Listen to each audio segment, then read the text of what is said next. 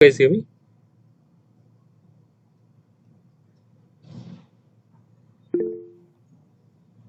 Yeah. Hi, Ankit. Good evening.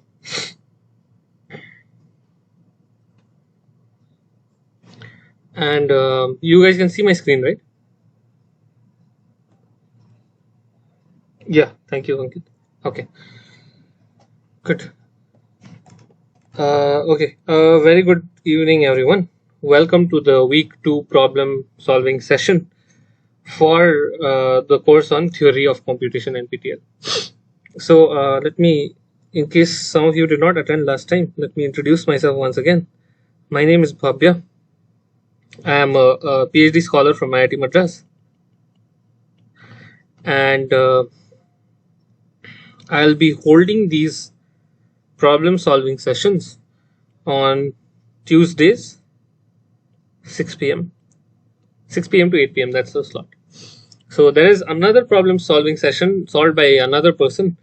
I think that slot falls somewhere on Friday or Saturday, but my sessions fall on Tuesday, 6 p.m. Okay. So yeah, so you can expect the class to be on 6 p.m. every week. So yeah, let us begin now. So the topic for this week is non-deterministic finite automata, right? So just a moment.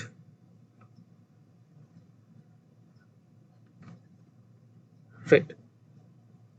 So let me just quickly recap the definition of a DFA. What is a DFA? A DFA can be represented as five tuples, five tuple. So which means it has five elements. So firstly, it's Q states. Okay, the set of states, and then sigma, which is the alphabet, delta, which is the set of transitions, and then start state and the set of final states. So there could be multiple final states, right? And what is the form of delta? Delta is a function, okay, that takes two things. It takes an element from Q, okay, it takes a state, and then it takes some alphabet, it takes a symbol. Reading that symbol, it will move to another state, right? So this is how we remember a DFA to be. But unlike a DFA, an NFA also has the same definition. NFA also consists of Q, sigma, delta, S, F, but the delta, okay, actually takes a symbol, okay, from a state, takes a symbol, but it is able to map to a set of states, okay, let me call it not S, let me call it B, okay, such that B is a subset of Q. It could map to multiple states. Okay, this is the first thing about and what is the accepting condition. And NFAs, okay, or non-determinism in general, is a power to guess. What do I mean by this? So if you have a DF, if you construct a DFA, okay, let's say Q1 and Q2 and Q3 and then Q4 and Q5, let's say, and this is 0 1 1 0, then so what is the language of this machine? It takes a Q, okay, so Q1, it'll move to, okay, let's say Q1 is the start state, okay. So you can immediately see that it accepts string of the form 0 1 and 1 0.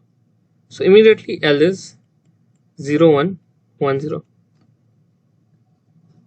Okay, now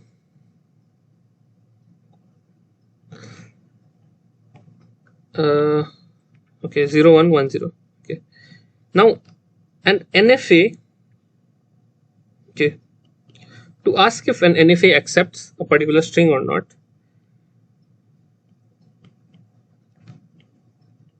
an NFA can have multiple transitions on the same symbol. Okay, oh, okay, sorry, the So let's say here both of these go to a dummy state when this is 0 and this is 1, and so on. And this 2 goes to a dummy state whenever it is a 0 or 1, and it goes to a dummy state when it sees a 0 or 1. But NFAs have a power to guess. That is, for example, let's say Q1 is this is labeled 0 and this is labeled 1, and this is also labeled 1. Okay, and this is labeled 0 and Q4, and let's say this is a final state.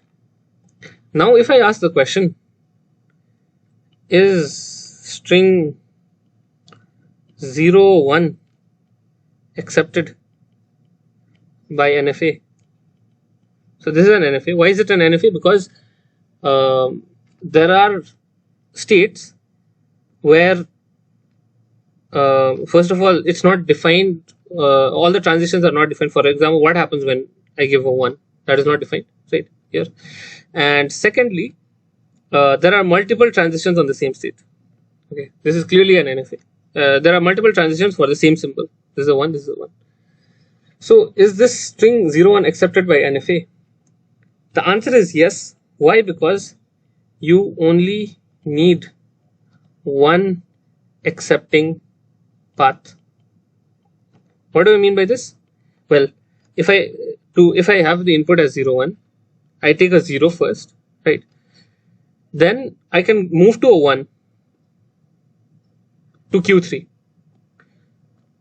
But my string ends here. It is not a final state, so it should get rejected, right? If this was a DFA. But since this is an NFA, this is only one of the many paths in which our NFA does not accept. But if I take a separate choice, let's say, so if I take this choice, it takes a 0 and then a 1, then I reach Q4. And this is a final state, and 0 1 will be accepted in this path. And even if one such path exists, then we are completely happy with this. Okay, and then the DF is set to accept. So let me cut. And so before I move on to more NFA based questions, I just want to quickly ask you guys whether you have an idea on solving this question. So I just wanted to recap on your understanding of DFA slightly again. So here, forget about NFAs here. The question is simply saying construct a DFA for the following language. So what is the language? L is the set of all such strings where every block of 4 symbols in W have at least 2 zeros. This is the question. Okay. Now I'll elaborate on what the question means. It means, okay, so if I have a string, let's say 1 1 0 1 1 0 1 0. Okay, this is a string. Look at a block of 4 symbols. This is the block. Does it have at least 2 zeros? Yes. There is 1 0. There is 1 0. So this block is good. Let us look at another block. Okay. Let's say this block, the next block. Does it have at least 2 zeros? No. So immediately this string is not in L. But say I have let's say 0 0 1 0 0 1 0. So if I look at this block, it's good. If I look at this block, at least 2 zeros, it's good. If I look at this block, at least 2 zeros, then good. And the final block, at least 2 zeros, then good. This is in L. So yeah. So last time I did a few simple questions on DFA. This is slightly more challenging. There are more than one ways to do it, obviously. So just think about how we can achieve this with a DFA. I'll give you a minute to think about it. And if you have some idea, then do let me know and share it.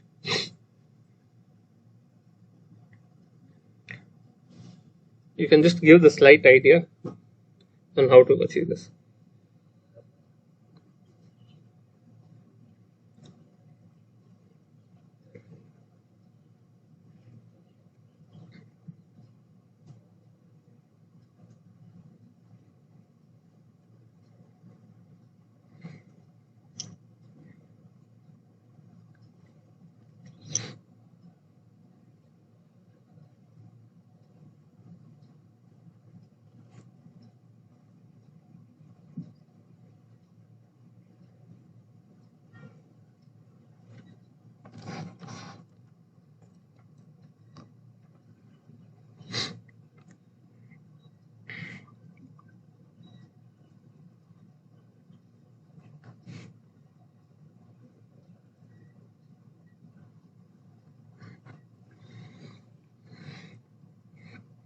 Okay, does anyone have any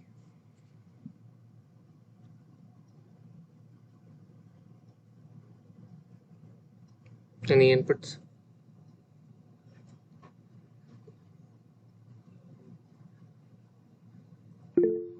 So if you put double zeros and double ones alternatively, then it will be in L.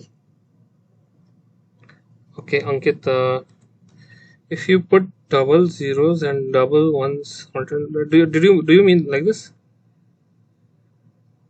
Or okay, do you mean this like this, 0, then 0, then 1, then 1, and so on?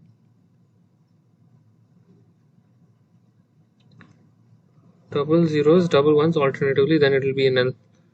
So here this is an L, this is an L, yes, this is an L, this is an L, this is an L, and so on. Yeah, you are right in that regard, Ankit, but this is for a particular string, and I can give you examples of strings that do not fall in this.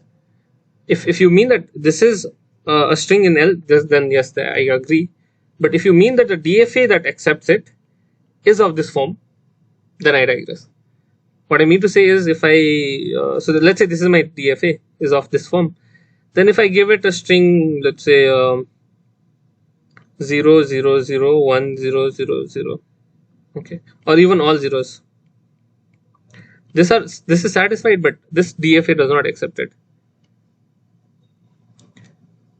So, but what is the general idea? Or if if let me know if I misinterpreted your answer. Okay.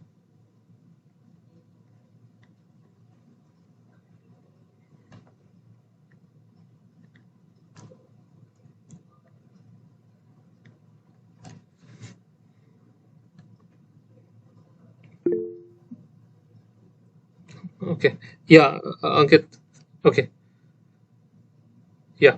I mean, what I mean to say, there could be other patterns which still satisfy the properties of the language, but it is not of this pattern, right? So, anyway, 3 state with 0 and 0 1 itself, Akshay Krishna. 3 state with 0 and 0 1 itself. Can you elaborate, Ankit? Akshay.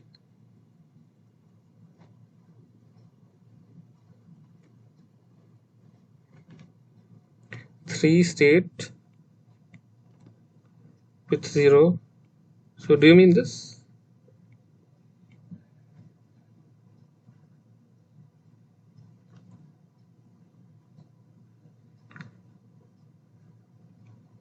You could be getting somewhere, but I'm not totally sure whether this is what you mean. 3 state with 0 and 0 1 itself, meaning 0 1 itself, meaning something like this.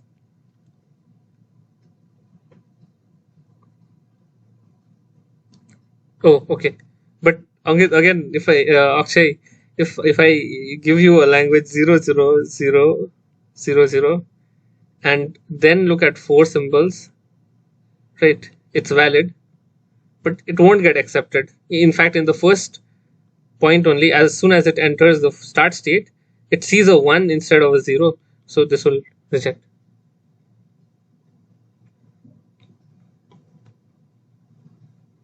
But I'll give you some more time. This is I understand the difficulty because this is not a very simple question. I'll give you more time on this, but I'll give you a hint, and that hint is, I mean, last time also I told you the golden rule is use states to remember. Okay.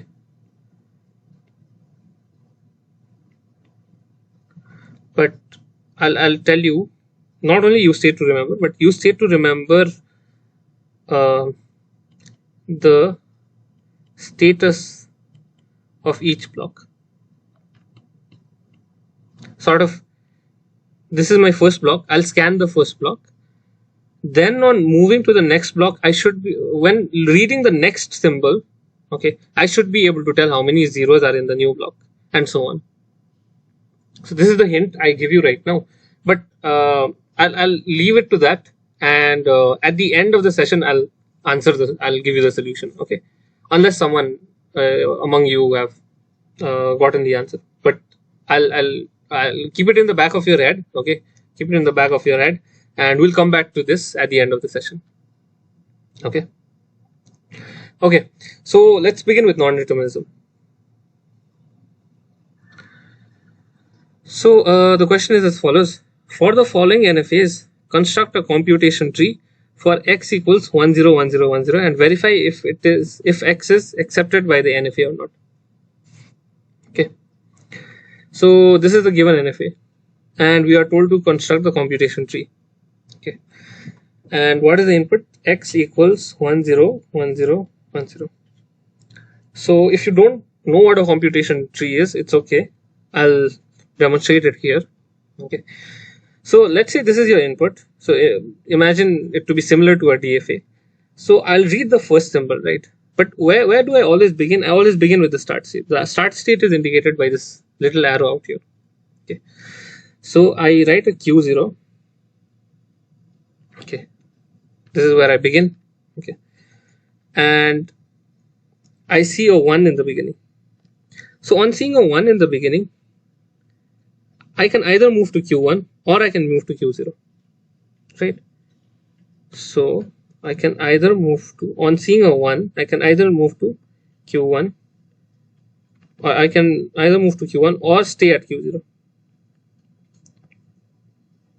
Next, what is the next symbol? 0. On seeing a 0, okay, what happens to Q1? On seeing a 0, I move to Q2, and that's it, right? On seeing a 0, I move to Q2. But what about Q0? On seeing a 0, I move to Q2, and that's it. Yeah.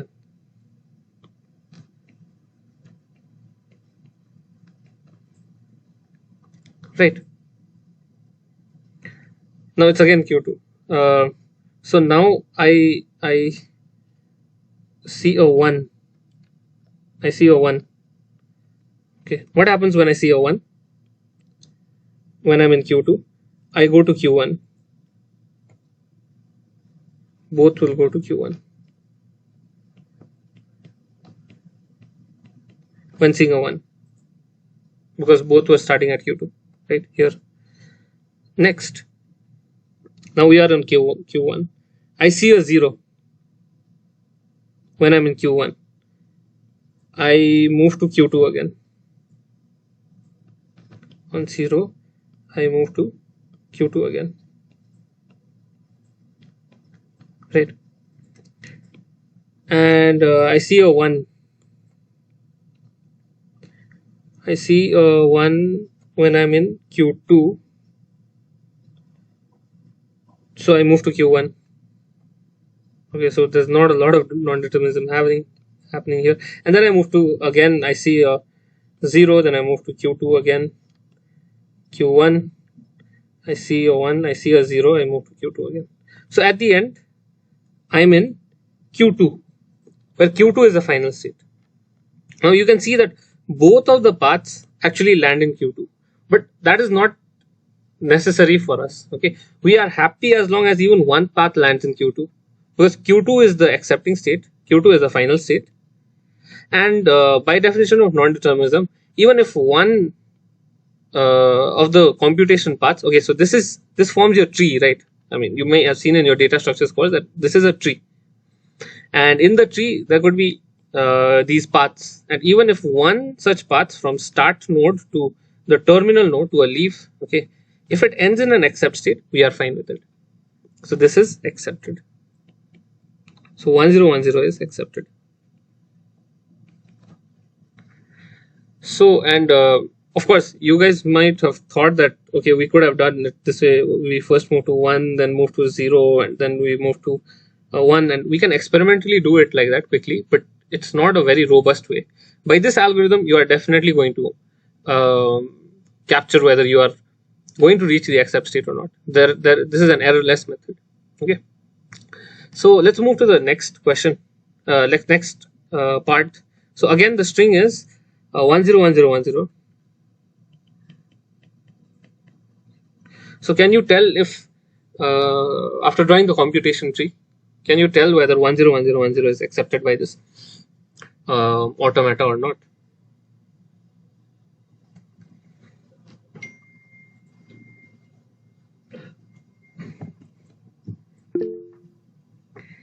Yeah, I'll let you try. Sure, Ankit, I'll wait.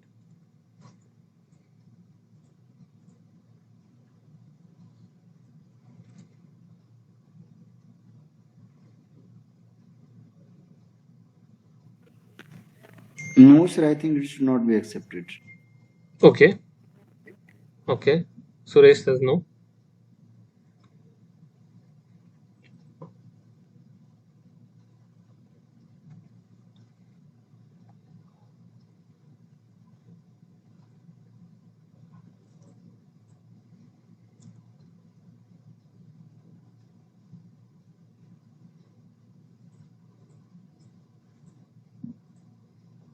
Ankit also says I think not accepted. So, and where is it not accepted? I mean, at which point of the computation? But maybe wrong. Okay, Ankit.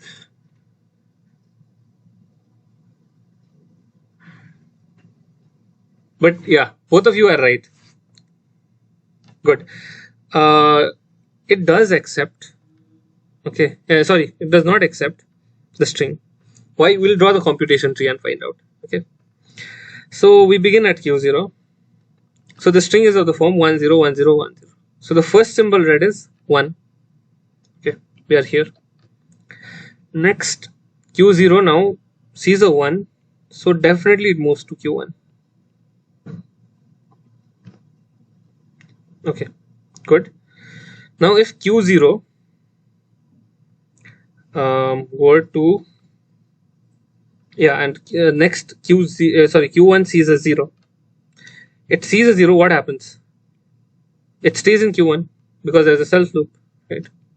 Sees a 0 and it stays in q1. Next, okay, so next, yeah, it sees a 1. Okay, it is supposed to see a 1, but here's something tricky. Okay, it sees a 1, but you notice that there's an epsilon transition. What is epsilon? It's an empty string. So you can, between any two symbols in a string, you can always put an empty string. Okay, for example, 0 1 0 1 0 can always be interpreted as 1 0 1 1 0 epsilon, yeah, 1 0 1 0. Okay, so you can interpret it as seeing epsilon also. In NFAs, empty strings are allowed. Okay, let's say there was an epsilon here, then it can move to q2. But q2 does not have any epsilon transitions. So okay, so it can either move to epsilon and say q2, or it can stay within itself, right? If it say did not reach the epsilon. Okay, it is in q1 itself.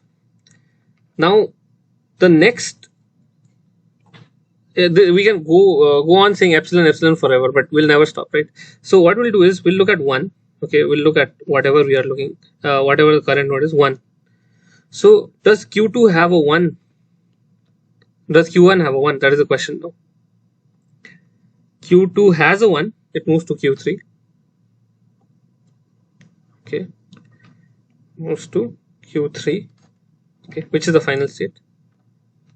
Okay, next, does q1 have a 1? That is the question we are asking. q1 does not have a 1. So this path rejects. Okay, no problem. We'll move on. q3. next symbol is 0, or epsilon if Q3 had an epsilon transition, but it does not have. So Q3 does not have an epsilon transition and the symbol was 0. Does Q3 move to 0 anywhere? No, it does not. So this path also rejects. Okay. So these, what are the computation paths? This is one path, this is another path. Both the paths reject. Therefore, NFA rejects both strings. Okay. So this is about computation paths. I hope this was clear. Okay, I think this concept was discussed in the lectures also. Okay, Ankit, good. So here's the nice question. Okay, a quick question about the concept of NFA and DFA. The question says the following: which of the following are true about an NFA? Okay. Statement 1 says every DFA is an NFA, but every NFA is not a DFA. Okay. Statement 2 says every DFA is an NFA, and every NFA is also a DFA. In other words, both are same. And statement 3 says there are languages that are computable by NFA but not by DFAs. So which of these are true? Statement 1 only, statement 1 and 3, statement 2 and 3, and all statements are false.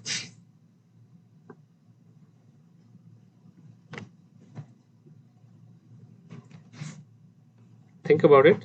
I'll give you a minute.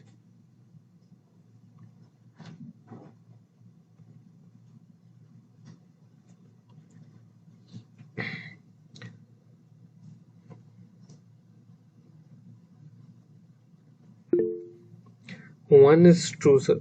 Okay. What about the others, Ankit?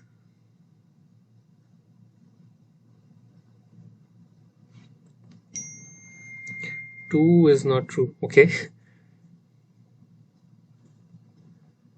Statement 3. 3 can't say. Okay. Okay. I think this is the point where you guess which of A, B, C, D. So you've eliminated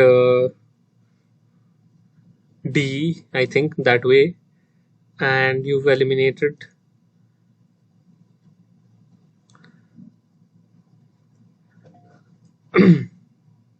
so 3 can't say. So you have B left. B and A are left for you.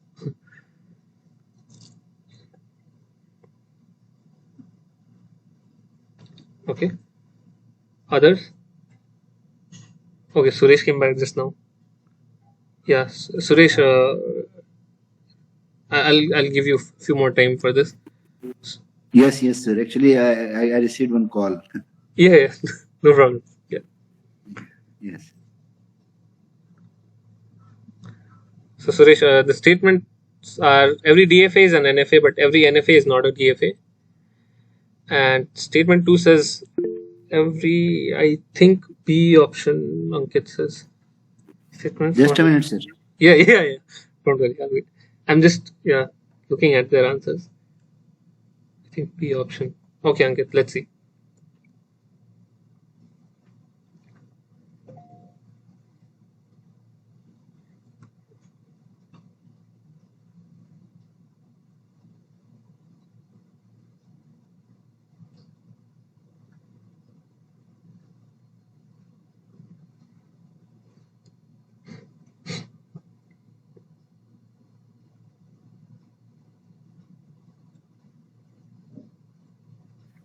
Sir, option B is right. Option B. Others? Okay, Ankit says B. Okay, Akshay also says B. Okay, Ankit says B, Akshay says B, and Suresh says B. Anyone else wants to? Okay, final call. Okay. Sadly, all three of you are incorrect. The correct option is A. Okay. Now why? Because I think you already clearly saw. Sorry, sir. Sorry. Actually, the power of DFA and NFA is equal. Sorry. Exactly. It's okay. It's okay. I read it wrong. No, it's okay. Uh, yeah, that's right. So statement one is clearly true. Okay, every DFA is an NFA. If you draw a DFA, it does not have the non-determinism component, but it is satisfying all the statements of an NFA. You can look at the formal definition and check, okay, side by side, that DFA satisfies the formal definition of an NFA. So this is completely right. Statement one is correct. What is wrong with statement 2? Every DFA is an NFA and every NFA is a DFA. The second part is wrong. Every NFA is a DFA. Every NFA is not a DFA because the formal definition itself do not match. What does a DFA have? The greatest difference it has is a DFA takes in a state and a symbol, say A, and moves it into a single other state. But an NFA can move to multiple. A single transition can move to multiple, say a set, okay, Q2, Q3, and so on a single symbol. So clearly this is wrong. Statement 2 is wrong. Now, statement 3, there are languages that are computable by NFA but not by DFAs. This is incorrect because we have the proof that was given in lectures saying that NFA exactly compute what are known as regular languages, and DFAs also exactly compute regular languages. Just a quick mention, if I want to jog on your memory how it was done. I mean, given an DFA, you can always make an NFA because a DFA itself is an NFA. Now, given an NFA, even though an NFA is not a DFA, you can make it into a DFA. How? You make it into a DFA using something called subset construction. I will not get into what too deep, but this is there in the lectures. This is also in the book. So once check it in the book, okay, using a subset conversion, you can make it into DFA. So that's why, what does mean that I can make it into DFA? Any languages that this NFA accept, I can make it into a DFA that accepts its language. But how can it be that I have a language that only NFAs take and DFAs do not take, but again I convert it into a DFA, but the DFA takes it? There's a contradiction here, right? Clear contradiction. So that's why they are equal in power. In other words, like Suresh said, equal in power. Both compute regular languages. Okay, and that is quite surprising because non-determinism seems like, an extra power, right? Non-determinism seems like you are giving it much more power. You are traversing, several different computation paths at the same time, but still it so happens that you are not gaining any power in the case of automata, at least. Okay, good. Okay, so the answer is A. Okay, good. But I'm glad everyone attempted. Okay. So let's. Okay, Akshay. Okay, yeah. So look at this question. So this time we are given with a transition table, okay, instead of a diagram. So again, the question is same. You want to check whether. Okay, the question is slightly different. Okay. So you are given this NFA. Okay, it has 4 states: Q0, Q1, Q2, Q3, and this is the alphabet. It works over 0 and 1, and delta is the transition function. Q0 is the start state. Q3 is the final state. And this is how the transition function behaves. Okay, I'll write delta here. Okay, So this is how the transition, okay, or I'll write delta here. Okay, this is how the transition function behaves. Now, for example, q0 on epsilon will go to q1. Okay, I mean, yeah, it will go to q1 and it will go to, you can assume this to be a dead state. Yeah. So the question is, what is the minimum length of a string to reach the final state?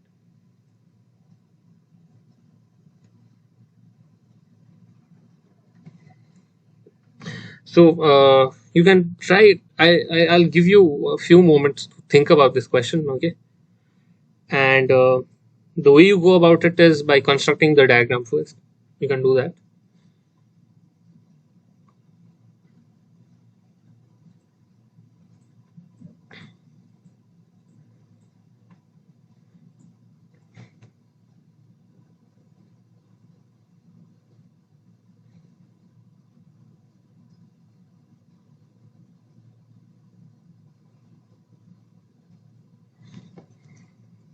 Okay. So if anyone has any ideas, quickly can you tell me on how to do it? Actually, yeah. Now that I think, you don't need to make the diagram also. What is the minimum length of the string to reach the final state?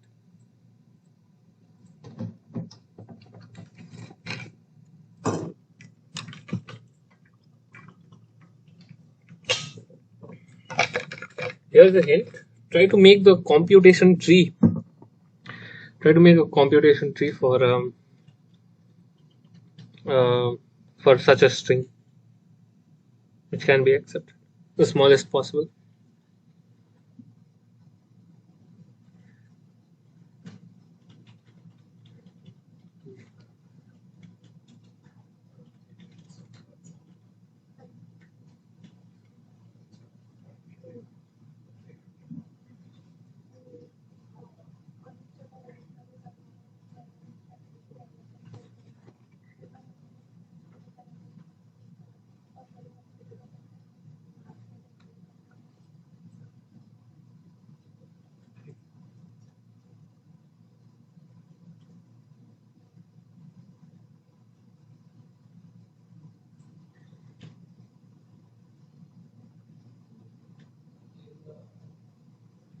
Okay, and let's work it out. Okay. So let's say you have q0, which is the start state. Okay, and you have q1. Okay, and when you you have an epsilon transition to q1. Okay, and then q1 moves to q2. Okay, on epsilon, and q2 moves to q2 as well as q3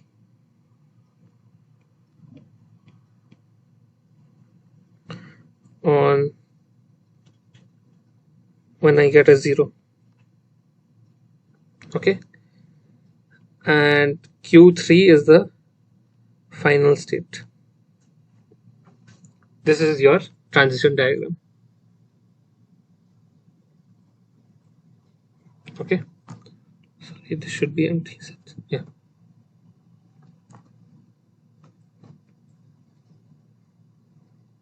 So now what do you observe? Well, you go via an epsilon to q1. Okay, you need to reach q3, right? That is the final state. So the only way you should have reached q3 is via this 0 from q2. Okay, so via this 0. Now before q2, okay, you could have taken this several 0 loops. Okay, 0 0 0 and so on before 0, getting this final 0, but we want the minimum such string, remember, and we traverse via this epsilon to q2. Okay, then from q1, and then via this epsilon to q0. So that is the minimum possible path to the start state, right? Or you can go it in a forwards way. Another way is You go via epsilon to q1, then epsilon to q2. You want to reach to q3. You don't make any self loops and directly go to q3. So you have epsilon, epsilon 0. Now, the important point is that the length of empty string is always 0.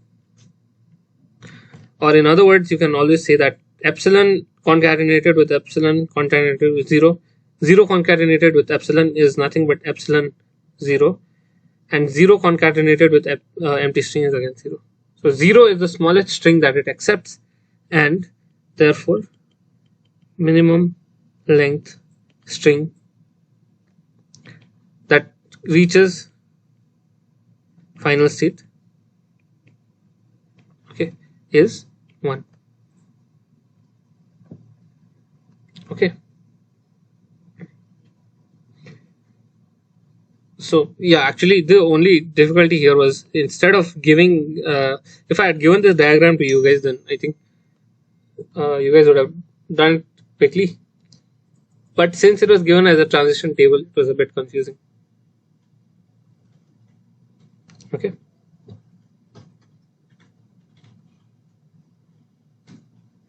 Okay, good. So yeah, here are some quick questions. Okay. Okay, the first question is L1 equals W. So construct an NFA for the following languages. Okay, a language is given, you need to construct the NFA. First language L1 are all the strings that begin and end with 101010. So let me write A. L1 is all the W that W begins and ends with 101010. Okay. If you guys had attended the previous session, I had given this language but told you that to assume that this was already regular. Why? Because doing this with a DFA is not very straightforward, but soon you'll see that actually doing this with a NFA is very simple. Okay. So what is an example string? Okay, begins with 101010 and it has some zeros or ones. Okay, and then ends with 101010. So some of you may already have noticed the pattern here. Okay, what I do is, okay, let me make a start state and I wait for a 101010. Okay, by this q1, then a 0, then q2, then a 1, q3, 0, q4, 1, q5, 0, 101010. This part verifies whether the first does my string begin with 1010 or not, 101010 or not. Then what do you have? You need to inside these two 101010 blocks, there could be any string, right? And it will still be valid because it begins and ends with this. So what you do is you do q6 and then put a self loop here and saying that on 0 and 1, okay, I'll non-deterministically loop, and again here I'll look for a 101010, 10 1 0, okay, 1 0, and this will be the final state. Okay, I hope that is clear. For example, if my string was say 101010 1100 101010, this should be accepted, right? Let me try 101010. So this part is done. Then 1100 will be taken care by the self loop. 1100. Okay. In some computation path, it can be that 1 1, then the okay 1, then 1 and 0 and so on, then it is not accepted because I don't see a 0 here. But I need only one such computation path where it works. So 1, 1, 0, 0 will be accepted by the self loop. Then what I do is I go to 1, 0, 1, 0, 1, 0 in this part. And since one computation path accepts, the entire string is accepted by the NFA. So I hope you, even if you didn't get it completely, I hope you appreciate the fact why NFAs are good, because it is incredibly simple to make uh, construct automatas, which were not very easy in the deterministic setting for DFA, right? So that is how you do it. Now here's another question.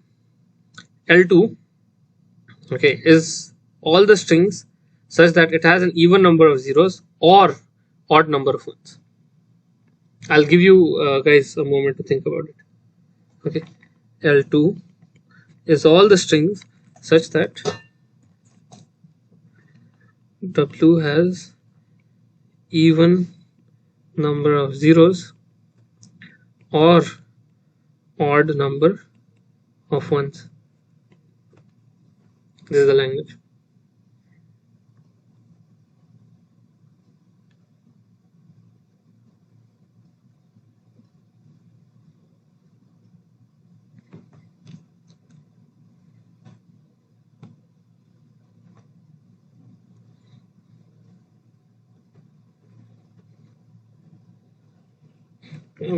For example, 0, 0, 1, 0, 0, 1, 1, 1.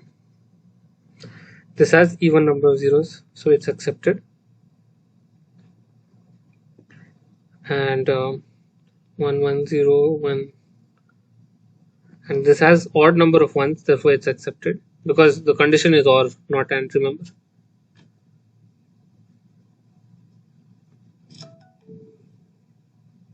Okay. And say something like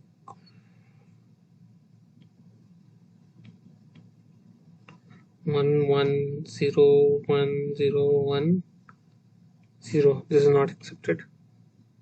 Why? Because it has odd number of zeros and even number of ones. So anyone has any idea?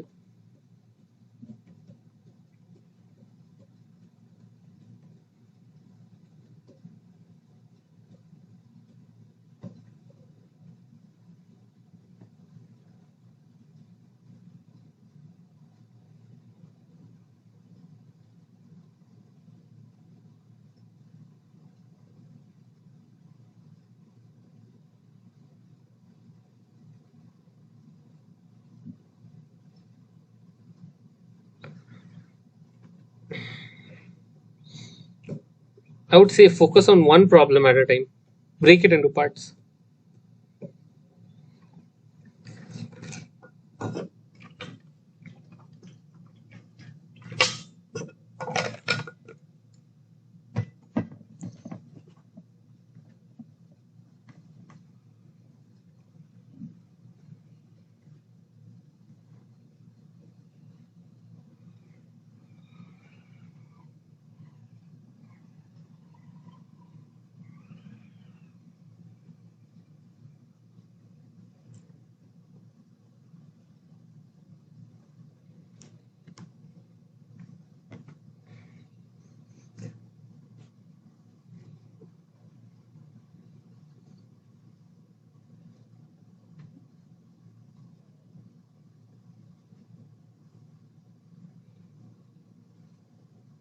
Okay. Okay, I'll show you how it's done. But let me know if you want to try some more. Give some more time. Okay. So I told you to break it into parts. Okay. So L2 is nothing but the union of even number of zeros and odd number of ones. It is nothing but the union, right? Now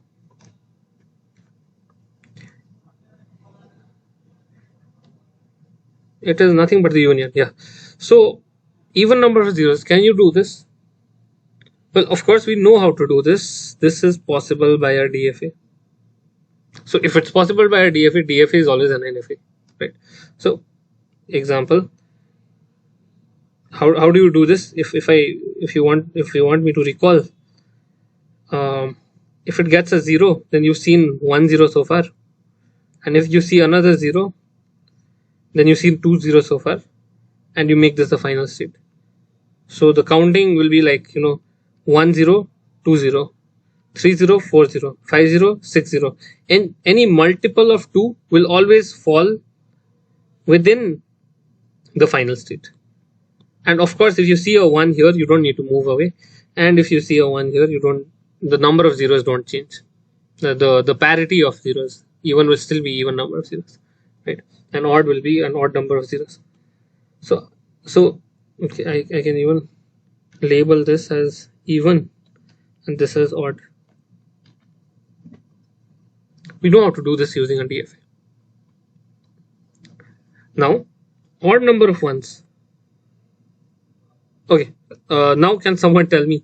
Now I've given you how to make a DFA for even number of zeros. How do you make a DFA for odd number of zeros? This is a DFA for even number of zeros.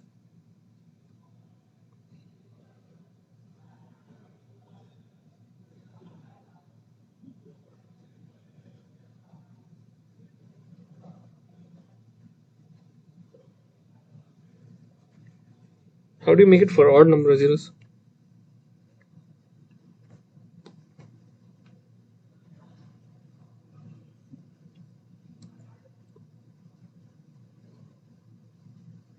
What you do is you simply switch the final and non-final states.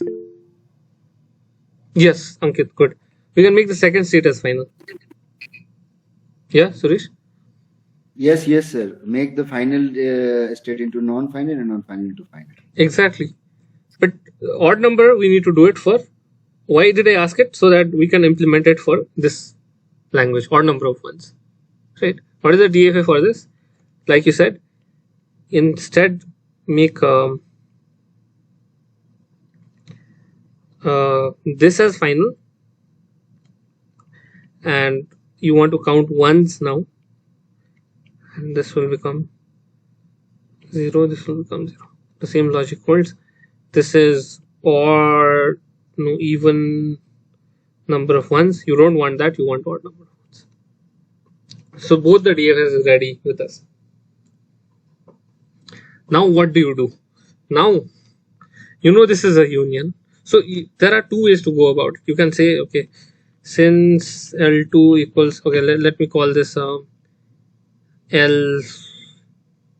A, and okay, let L even L odd. Okay, their languages is L even union L odd, then by union property you can say that L2 is regular, then DFA exists. So since DFA exists, it is nothing but an NFA, so NFA exists. So this is one way to do about it, because since you've seen that it's union. But the fact that we need to make an NFA now, we can do things slightly more interesting. We can do something that is slightly more interesting. What we do is this. We take the DFA for L even, this one, and we take the DFA for L odd, and since it is a union, we'll make a start state Q, let me call it 0, and put epsilon transitions here. This is it. Union between languages. Okay, if you want to make a DFA between union between regular languages, you just take the DFAs or NFAs for that matter and just put it together like this, and then put epsilon transitions from a start state, and this will work. Why? Because if say there are even number of zeros, okay, if in the string, let's say x has input has even number of zeros,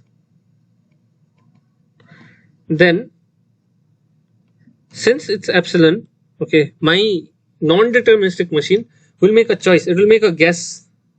Okay, it'll make a guess here also. It'll make a guess here also. Whichever it'll accept, it'll accept. So if x has even number of zeros, then definitely L1 will accept. So it'll take an epsilon transition, then read the entire of x. Right. Similarly, it'll take an epsilon transition, which means it'll read an empty string.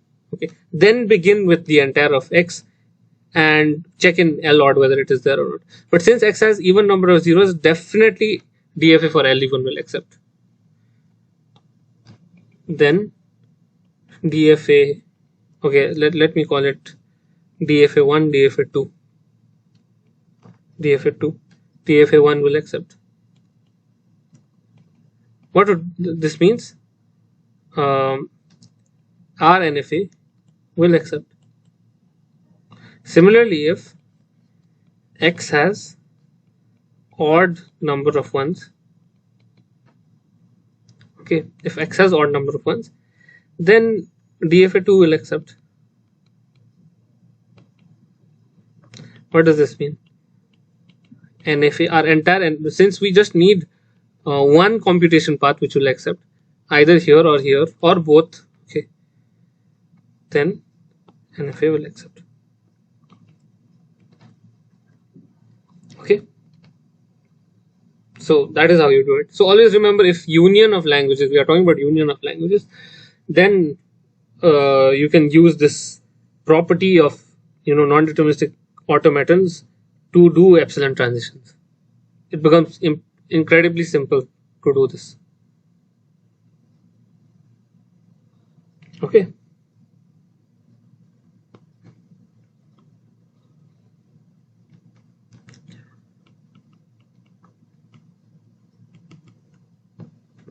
Okay. Now, okay, so let's move on. So that is second question. Okay, third question. Okay, L3 is all the strings W such that W contains a substring 101 before the last three symbols. Okay. L3 equals all those strings so that W contains 101 before last three symbols. Example 1101 101 000. Okay, these are the last three symbols, and I have a 101 substring here and something here. Similarly, 110110 101 110. So these are the last three symbols. I have a 101 here and something here. So this is accepted, this is accepted. Now 1 1 0 1 1 0 1. Okay, yeah, 1. These are the last three symbols. These are the last three symbols. This is not 101. This is not accepted. Okay. So question is, how do you construct an NFA to achieve this? Excuse me, sir. Yeah. Okay. Sir, in third example, you have taken that if we start from second place, 101 can be a substring. So if you start from second Place, okay, 101 can be a substring. 101 can be A substring, and it is also before the last three symbols. Oh wait, if I start from the second place. Oh yeah. If I start from here, you mean? No, if this was my string. Yes, sir. Then 101. But even then, this is what I'll have to before the last three digits. Sir, This. in question it is that before last three symbols. Yeah. It does not say that just before the last three symbols. Oh, okay. Sorry. Okay. Yeah, yeah. Okay. I mean just. Sorry, I was not very specific while writing it. Okay, sorry. This is just before. Yours is also a valid language, and possibly, yeah. We can still construct an automata for that. This is slightly simpler actually. This just before. Okay, I'm really sorry for not specifying. So what I meant It's was okay, sir. just before. Yeah. It's okay, sir. Okay. Yeah. What I actually meant was just before. That's right. Otherwise, yeah. Otherwise, this language, like you said, Ankit, is will be accepted. That's right.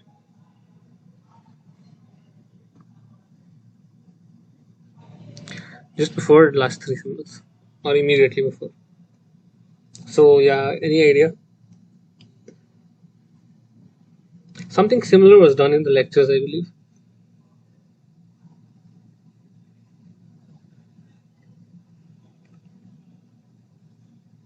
I'll give you a hint actually.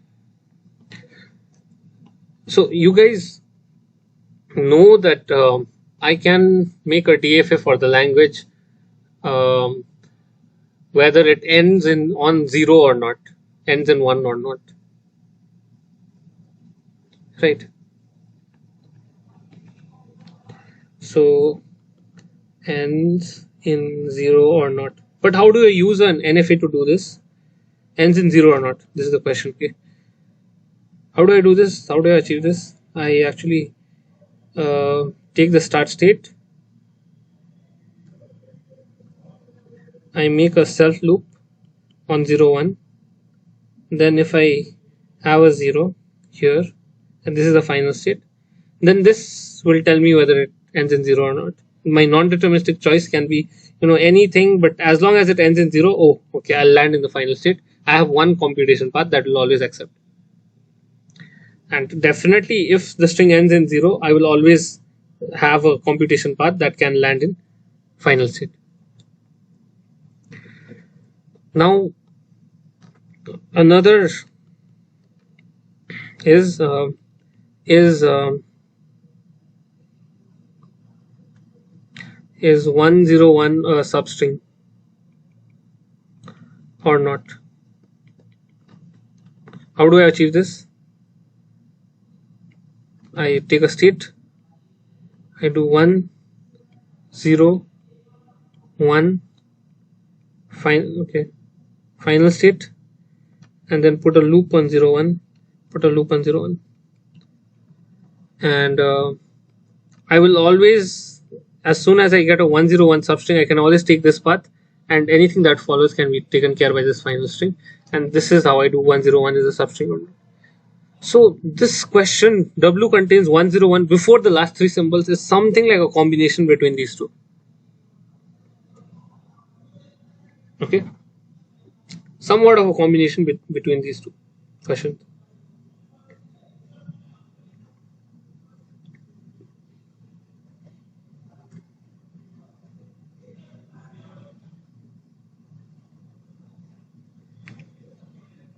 Okay. Okay, I'll show you how it's done. Contains 101 before the last three symbols. So the last three symbols can be anything, right? So let the last three states take care of the last three symbols. Sorry, the last four states take care of the last three symbols. It could be anything. It could be a 0 or 1. It could be 0 or 1. It could be 0 or 1. And before that, what do I need? Before that, I need an NFA or a DFA checks 101 whether I have encountered 101 or not. How do I do that? I've seen in this example how to do that. I need a 1, then I need a 0, I need a 1. Okay, so what is the idea? So some string will come in, and then you'll see a 1, then a 0, then move on to 1, then the last 3 symbols.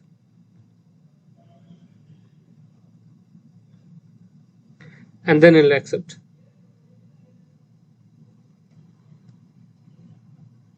Okay. But before seeing a 101, there could be any string, right? So I'll now use the help of non-determinism for this. This is my start state. This is my final state. My claim is this will work. Example. Okay. Example. I'll color it. I'll color different parts. Okay. So this is for the second part. Okay. This is for taking care of the last 3 symbols. Okay. And this is for the 101, checking whether 101 exists or not. And let me use another color, let's say orange. This is for the first part of the string. So now I'll tell you. So in the beginning the string could have anything 0, 1, 1, 0 and so on. This part is orange. Then it has the 101 part. The string needs to have 101, and this is the green part. And finally, the string needs to have 3 symbols at the end, before 101, just before 101, and that is colored blue. Now you realize that this is exactly, for example, 0, 1, 1, 0, 101. Okay, let me use black only for this. 0, 1, 1, 0, 101, 1, 1, 1. This should be accepted, right? So 0, 1. Okay, it'll take the self loop. 0, 1, 1, 0, then 1, 0, then 1. Okay, then okay, I made an extra state here.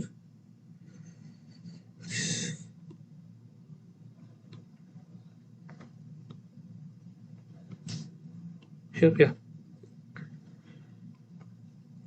0, 1, 1, 0, then a 1, then 0, then 1, then any 3 symbols. 1, in our case it's 1, 1, 1, so it'll take a 1 and move to this state. It'll take a 1, then move to this state, and finally move to 1 and move to this state, and that is the final state, and this will be accepted. Got it? Is that fine, Ankit?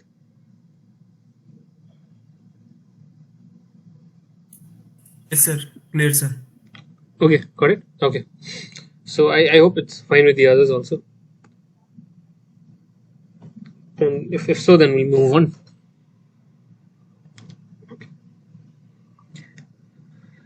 So yeah, or any question? Okay, just if a language is given, just break them into smaller languages and see how they mix and match with each other. Okay. That is always the trick to do it. For example, this was composed of 2 languages. Not exactly, but the idea was this is one and this is the other. Similarly, even in the previous question, it was composed of 2 languages. See if it is a combination. Try to look at unions, intersections, complements. Okay. Now,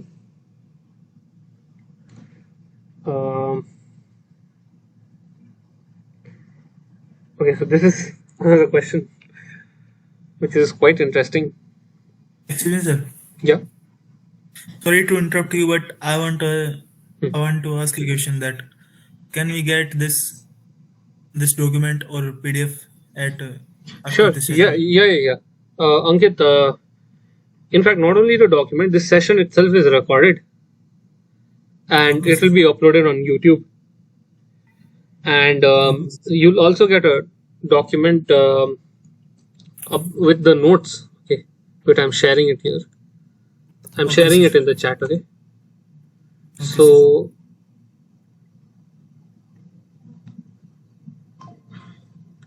and the notes will be uploaded in a Google Drive. That too, I'll give you a link.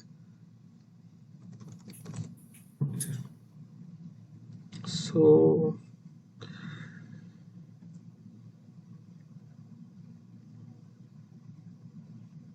copy channel, share channel, copy.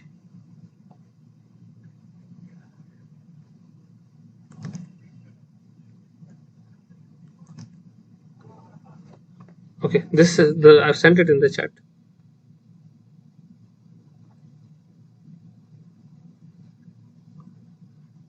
This is the channel where it will be uploaded. Okay. Stop sharing, I think. And just a moment.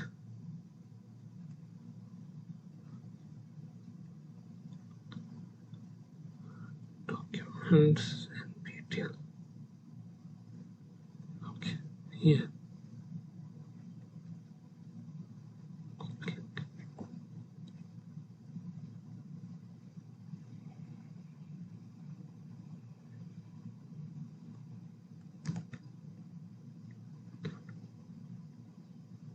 You have one more software. Thank you. Thank you, Ankit. Yeah. And I've also shared the Google Docs, the drive.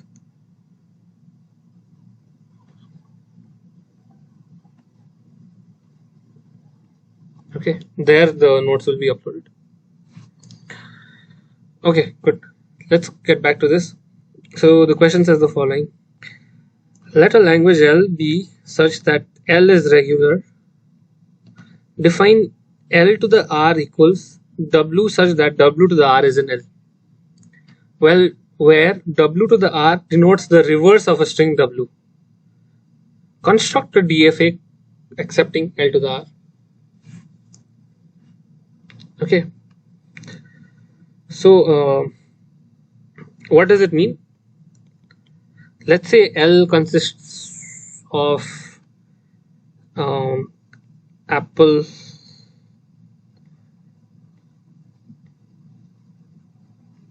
okay, apple, banana, orange, pear, and let's say all the fruits are written in this language. Okay. What is L reverse? L reverse contains ELPPA, ANAN, AB, EGNARO, RAEP, and so on. What is this? Nothing but reverse of apple, banana, orange, and so on. LR is the reverse of the language L. Question is, can you construct a DFA which accepts the reverse? Getting it? So I'll tell you the solution also right away. Okay, but it's a very nice solution. What you simply do is, okay, you swap final and start state. Okay. Secondly, what you do is reverse each arrow. For example, say this is a DFA which accepts apple.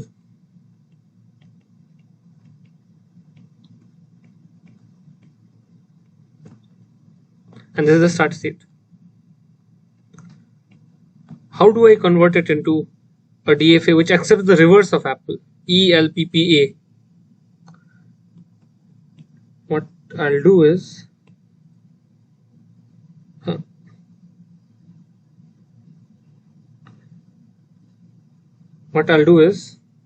I'll simply exchange the start and final state.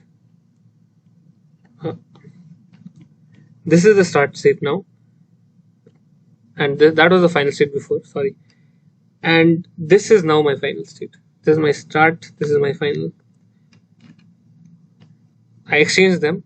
Now what do? I reverse the arrow.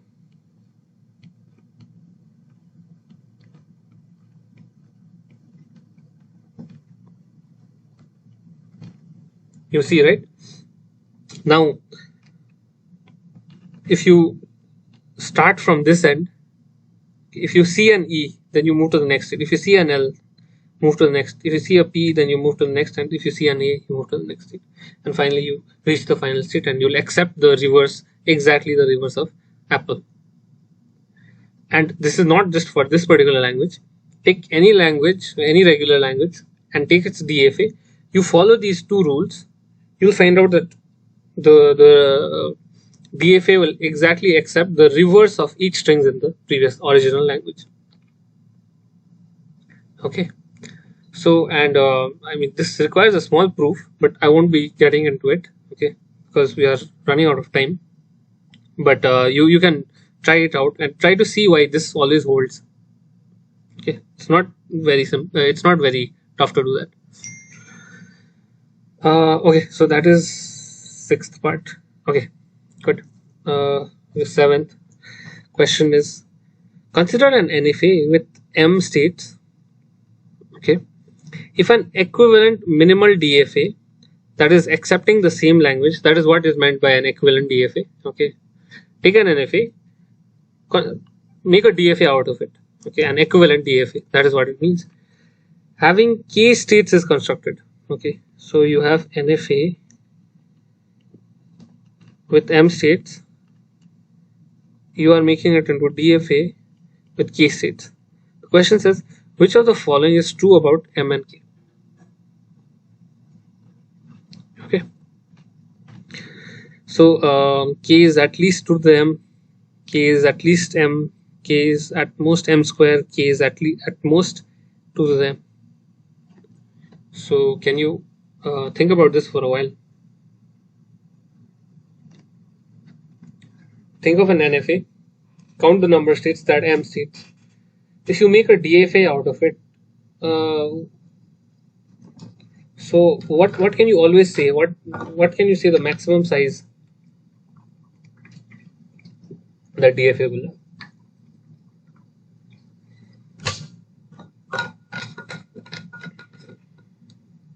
Sir, I think option D is right. You think option D is right? Okay. Okay, let's see, Suresh. I am denoting the DFA, no? Your denote no M no Okay, it's fine. Answer D for my side. okay, yeah. M is for the NFA and K is for DFA.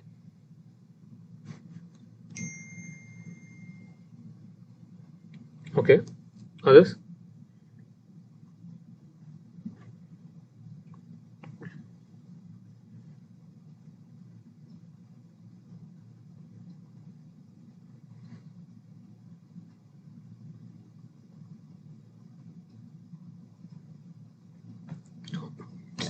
Sorry, I stopped presenting.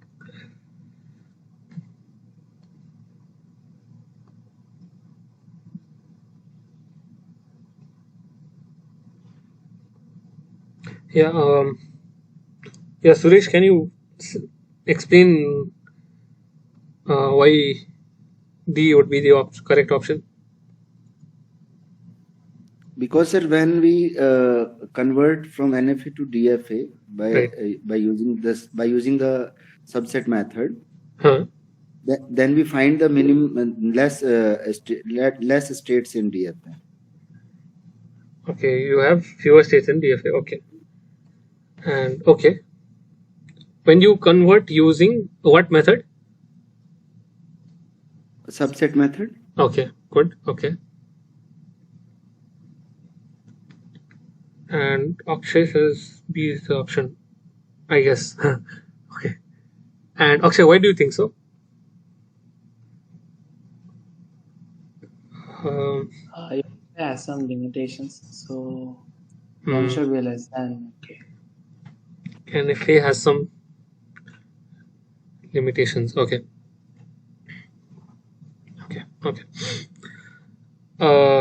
Yeah, okay, so the answer is actually D. And yeah, Suresh, your answer was correct. That using the subset construction, that is the first part of the answer. But the second part of the answer is why this 2 to the m here, right? Why this term 2 to the m here? So the key again, yeah, like Suresh said, lies in the subset construction.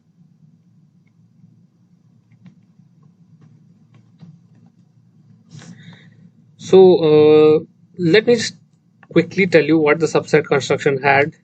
Okay, so if you move from q1 on 0 to q2, and if you moved from q1 to 0 on q3 and 0 on q4, when you convert it into a DFA, you made a state q1, q2, q3,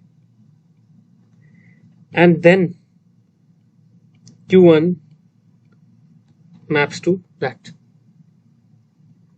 That is basically what. And say q3 moves to on 1 to on 0 on 1 to q4, so q3 q2 and q4.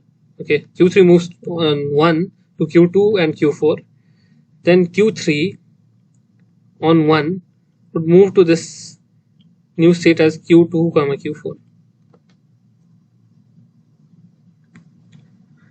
So this is how we were sort of simulating this non-determinism, the parallel branching approach in DFA, using these labeling them as sets.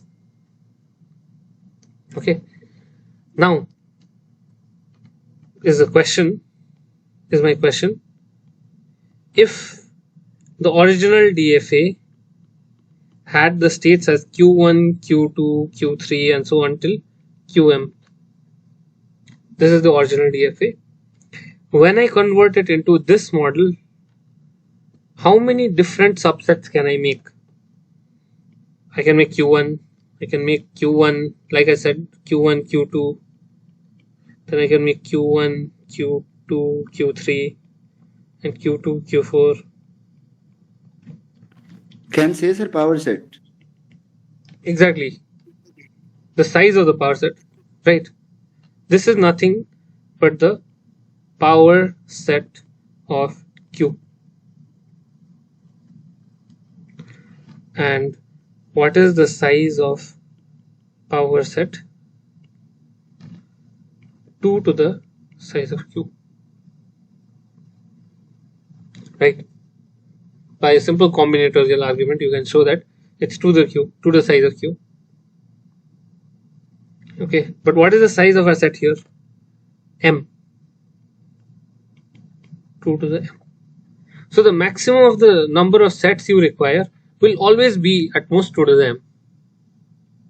Because using this construction, at the max, you are only using these, 2 to the M many states, right? Some states may even not be connected, so it may even be less than 2 to the M. But in the worst case, in the maximum possible number of states, you may have 2 to the M states. Therefore, K, which is the size of the resulting NFA, is always at most 2 to the M. Size of equivalent NFA is at most 2 to the M.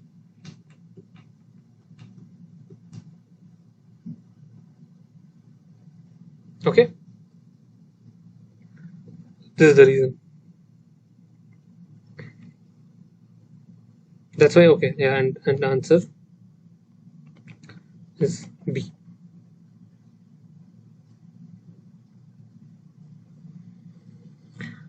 Okay, so I hope that was clear. Okay. Fine, Suresh. Yes, sir. Okay, good. Okay, here's another interesting question. So we've seen even in the last tutorial, the last problem session, we've seen that on we regular languages are closed under complement, right? You've seen in lectures also. So what is complement? If L is a language, then L complement is everything that is not in the language, which is nothing but sigma star minus L. Now we'll look at that from non-NFA point of view. Okay. So it is known that regular languages are closed under complementation. Okay, from the lectures and from last time's problem set. In fact, from a DFA recognizing L, it is possible to construct another DFA computing L by simply exchanging the final and non-final states. Okay. It is also okay. So what it means is, so if you guys didn't attend last time's problem set discussion, problem solving session. So for example, this, okay, what is the language here? Language is just accept A. Now, if I want to compute L complement, it accepts everything but A. What does the DFA look like? Well, what I can always do is I can make the non-final final and the final as non-final. Final, okay, this arrow is probably confusing. Final becomes non-final and non-final becomes final. Okay, and you can already see that it accepts, okay, oh sorry,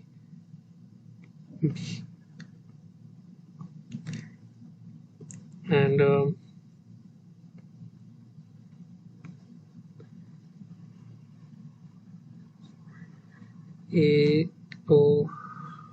it's correct, if it sees a B, then it moves to a dead state, and it sees a B or A, then it moves to a dead state, and if it sees a B, same thing, but since that state was a non-final state, I'll make it a final state, and AB. This DFA accepts everything but A, everything besides A. Now, see, we know that for DFAs, okay, we can construct another DFA computing L bar by simply exchanging final and non-final states. Okay, it is also known that NFAs compute regular languages. That is true, right? NFAs, we saw before that they are equal in terms of power. They both compute regular languages, and therefore, since they compute regular languages, they are also closed under complementation. The languages they compute, because regular languages are closed under complementation. Question is, can we use the same logic of exchanging the final and non-final states of an NFA computing L so that we obtain an NFA computing L bar? So the question is saying, okay, this is possible using DFAs.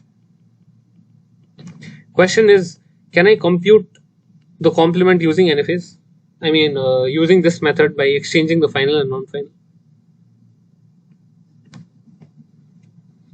So, can anyone tell me? Or you can try with a few examples actually. Take any NFA, okay, and take any string. Take a simple NFA, exchange the final and non-final states. See if it was originally accepting, now it's rejecting. It was originally rejecting, it is now accepting. Does it still hold? So you can try it. I'll give you a while. Okay, I'll show the question also.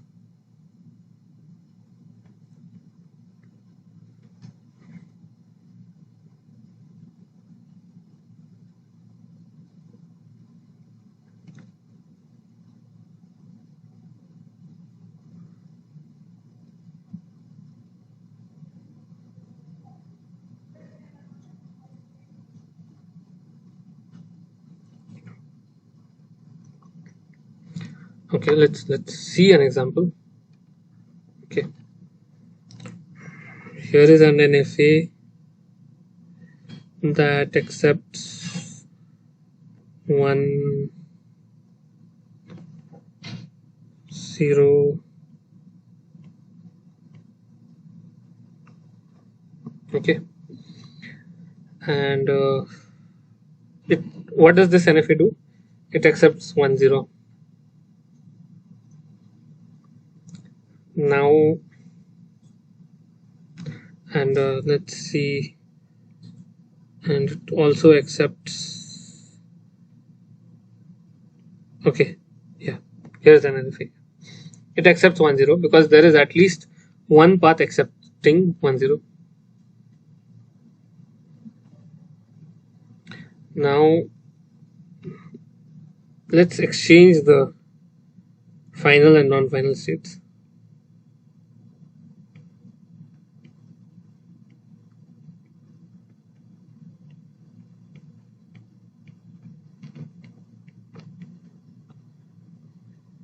Okay, question is 1 0 in L in the first case. Yes. Why? Because there is at least one path which accepts 1 0. In the second NFA, with the complemented version, by exchanging final and non-final states, is 1 0 in L? It is still in L because there is one accepting path. 1 0 in L? Yes. But this is bad news for us because this was supposed to compute L bar. That means if 1 0 is in L, then 1 0 must not be in L. But 1 0 happens to be in L even after doing this procedure.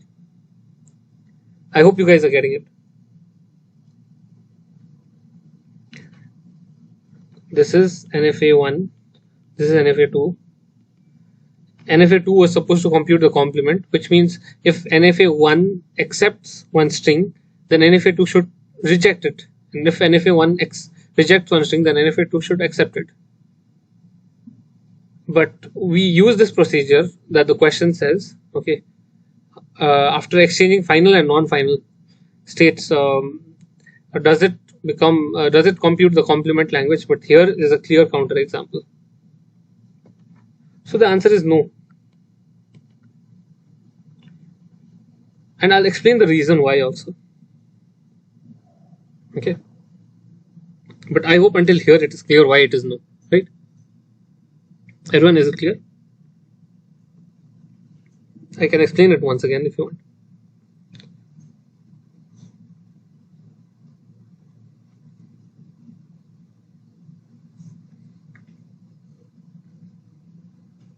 Okay. Yes, clear, sir. Okay. I hope. Okay, rest are clear, right? Akshay, Ankit, Swami. Yes, sir, clear. Okay, good.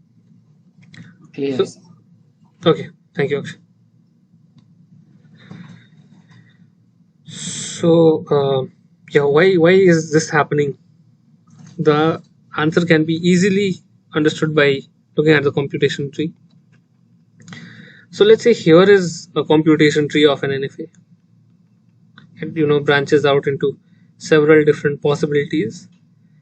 And in one branch it accepts, in another branch it rejects, accepts, rejects, accepts, let's say. Okay, this is the computation tree obtained. And this is good for us. I mean, this what does this mean? If the computation tree looks like this, then X is in L. Why? Because there is at least one computation path where it accepts. Then it is good for us. X is in L. But let's use the logic for the case of when we exchange the final and non-final state. What happens when we exchange the final and non-final states? Same computation tree will be here. Okay, or I think it's better if I copy it, it'll look identical.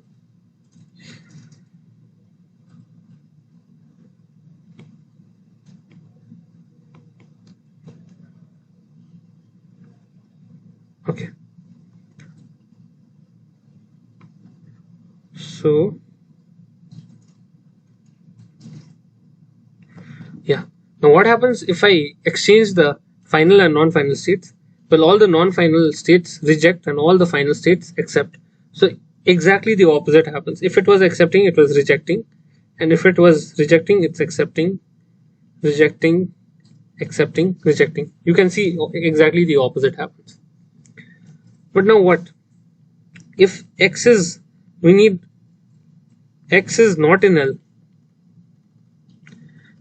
for a non-deterministic machine, non-deterministic NFA.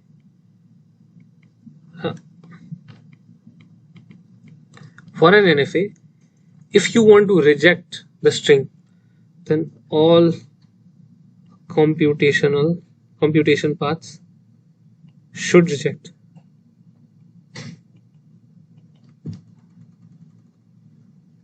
All computation paths should reject. Why? Because even if one computation path is accepted, then the first rule would say that it was in it is in the language. If it is not in the language, then it must be that all computation paths should reject. But what do we see? We see that there is an accepting path here, there is an accepting path here, and therefore, since there is at least one accepting path, in fact two accepting paths in this case, our NFA2, let us call it NFA1, NFA2, our NFA2 accepts. If NFA2 accepts, it means NFA is saying X is in the language, but this is a contradiction, right? Which means X is in the language, but this is a contradiction. This is wrong. So, therefore, using this technique does not hold for NFAs.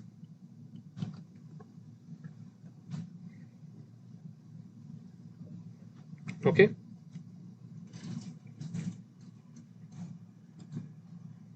So yeah, a quick question. Okay, so we saw that this method does not hold for NFAs. Okay, you cannot simply exchange final and non-final.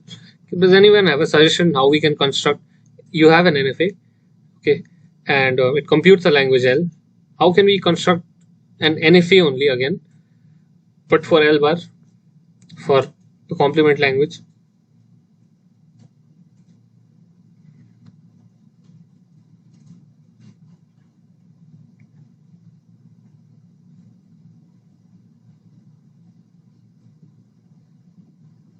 What would be an alternative way? Don't think of very complicated things.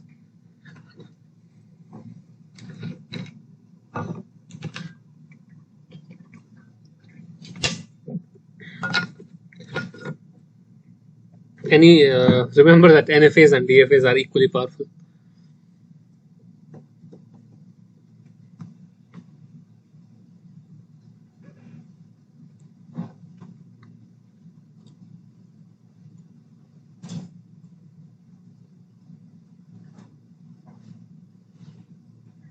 So here's the way.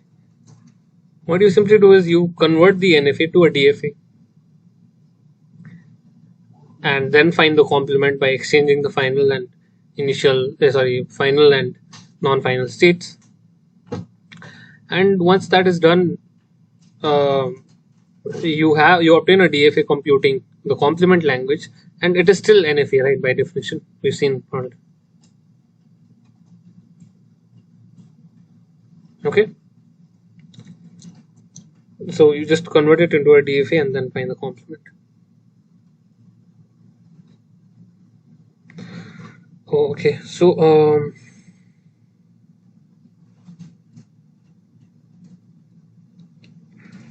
okay. So the final questions are based on regular expressions. I don't know whether I'll be able to complete it. I think I'll do this next week. Okay. Yeah, I'll do this next week. I'll think we can end the session now because we don't have much time now. Yeah, Suresh? Sir, I have one question. Sure. Sir, number of possible languages over the alphabet sigma equal to A, B, C, D. Okay. That can be recognized by a DFA with exactly one state. That can be recognized by a DFA with exactly one state. Okay. Sigma equal to A, B, C, D. Okay, wait, I'll write it here. Okay. One moment. So you are saying sigma equals A, B, C, D. Okay. Yeah, number of possible languages over the alphabet that can be recognized by a DFA with exactly one state. Recognized by DFA with one state. Okay. Yes, yes.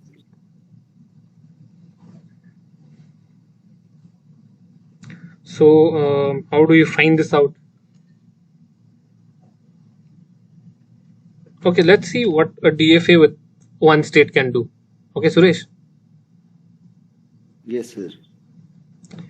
So firstly, what you can do is, because see the sigma is ABCD, you can, and you have a single state, right? Yeah. This is one possible DFA. You don't give ABCD anything. Oh, okay. So let's assume, okay, dead states are needed. Okay, then only we'll be able to do it. Let's say dead states are always needed. Then I cannot leave it at this. This is not a valid DFA. Oh, okay. Sorry, the opposite. Assume dead states not required. It is understood that if I don't have a transition on a particular symbol, then it moves to a dead state. Let us assume that. Okay, Suresh? Yes, sir. If there is, see, for example, I write a B here, and if I don't write an A, then it means that, you know, on A it moves to a certain dead state.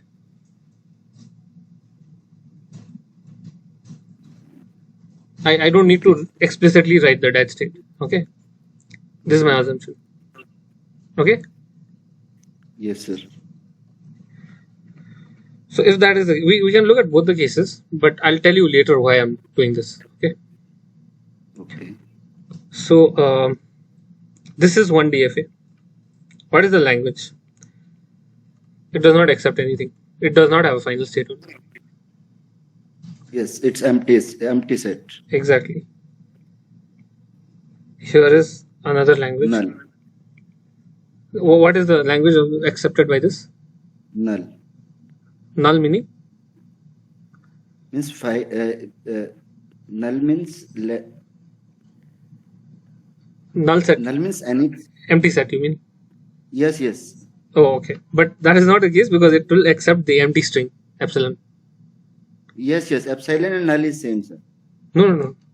Oh, null, if you mean the symbol, if you mean this is null, then okay. If you mean the null string, then yes. But if you mean null set, this is not same. This is not equal to this. No, null means empty. I want to say null is equal to empty. Empty string. Yes. Okay, yeah, that's right. Okay. And here is another Q that accepts only A. Then this is A, and so on. And here is another, which is B. Then what does it X? B star. Right, B, and so on. There's nothing but A. Okay, yeah, A star, you can say. A star, yes. Okay, it accepts epsilon also, so it's A star. Same thing. A star. This accepts B star. B star. And then this is C star and then D star. Okay. And then what do you have? Then you have AB. Then you have it accepts both A and B. Then you have B and C. So we can make one final state on which we can apply the self loop like A, B, C, D. Yeah, but that is the final thing, C, D, and like you said, A, B, C, D. Oh, also I have A, B, C. This is another. Then A, B, D. And finally A, B, C, D. Fine, Suresh? Sir, so what will be the number of possible languages? Yeah, we'll count. Let's count now. 1, 2, 3, 4, 5, 6, 7, 8, 9, 10, 11, 12, 13 will be the answer.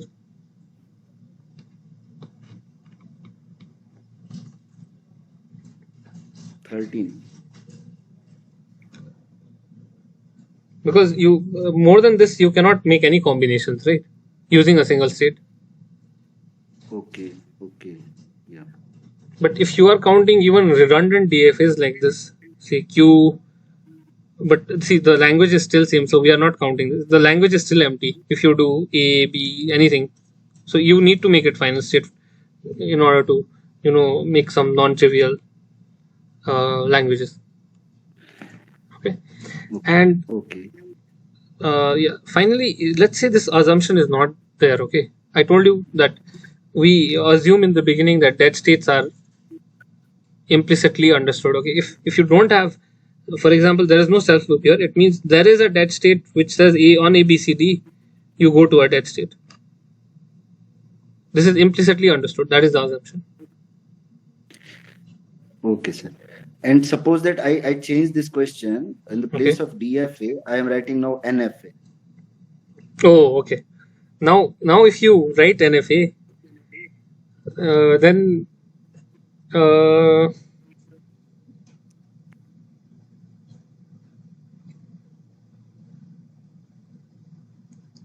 I feel like the answer will not change. Okay, yeah, you'll have more answer because NFA can have epsilon transitions also. So now it's as if your alphabet has increased by one more. So you can have something like A and epsilon, B, epsilon, only epsilon itself. A, B. So epsilon transitions are allowed in NFA. So you'll increase, it will be a lot to count. But of course, you can obtain a formula for this. So is there any specified formula for this? Sure, yeah. So it's a bit of combinatorics.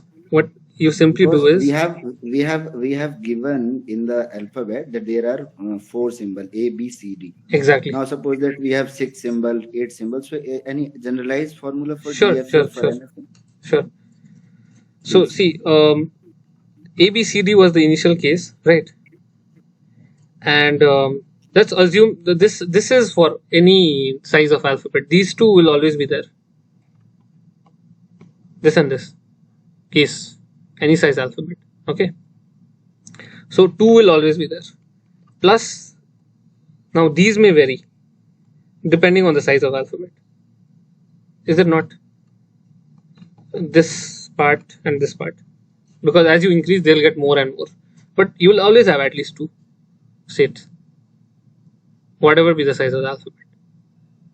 So any formula like 2 raised to power number of states plus 1 like this one? Exactly. Now what you see is, here you have A, B, C, D. Next A, B, B, C, C, D. Then A, B, C, A, B, D, B, C, D and A, B, C, D. What are these? These are nothing but the kind of sets you can construct from the set ABCD, right? But this is nothing but elements from the power set of ABCD. What is the power set of ABCD? It is nothing but 2 raised to power n. Exactly. It is nothing but A, B, C, D, AB, BC, and so on, right? And so on. And what is the size of power set? And what is the size of power set? 2 raised to the power, the size of the set. In our case, it's 4, so 2 to the 4. Wait, it's not matching, right? So it means we've left out some sets. Nothing to worry about. We've left out some. We did A, B, C, D. Then we did A, B, B, C, C, D. D, A we didn't do. D, A we didn't do. And B, D we didn't do. That we need to account for. Okay. A, B we didn't do. So the answer is not 13. It is this. 2 plus 2 to the 4, which is 2 plus 16, which is 18. The answer is 18. Sorry. For DFA? For DFA, yeah. And for NFA? For NFA, so this is 2 plus 2 to the size of sigma. For NFA, you have epsilon also, one more symbol. So it will be 2 plus 2 to the size of sigma plus 1. Okay. So here sigma is 4, right? So sigma is 4 in this case. Okay, fine, sir. Okay. So yeah. And one more question, sir. Last. Yeah, sure. Can we write sigma star equal to bracket of 0 union 1 star? Please write down, sir. Okay. One moment. Sigma star equals to bracket small bracket. A small bracket. This you mean? 0 union 1 bracket close, then star. Can we write? No. Wait. Yeah, you can write. Why? Because what is 0 union 1? This is nothing but 0 union 1 whole star. And this is just the union of sets, right? What is union of two elements, the sets containing one element each? This is 0, 1 whole star, which is nothing but 0, 1 star. It's the same. So it's right now? It is right. It is correct. Okay, sir. Okay. Thank you, sir. Yeah, it's correct. Yeah. Okay, that's it, right? Anyone else has any questions? No, sir. Okay then, Ankit. I'll be uploading. So the final section, I'll do it next week. I'll be uploading this document on Drive. You'll see it soon. I'll also upload it on YouTube. I've put the YouTube and Drive link on the chat. Okay, then please check it out. And next thing is, I forgot to. I was telling you I'll give the solution at the end. So what I can do is I think about it. You can take more time. It's not a very simple implementation. So think about it. You can take more time. Next week we'll handle it. Okay. Okay, fine. I hope you guys had fun and enjoyed the session. So we'll be meeting on Tuesday 6 p.m. next week. Okay, Ankit. Yeah. We have really enjoyed it, sir. Thank you. Thank you, Ankit. Sir, it was a nice session, sir. Thank you. Yeah, thank you, Suresh. Thank you, sir. Bye. Okay, thank you. Okay, thank you, Ankit. Bye.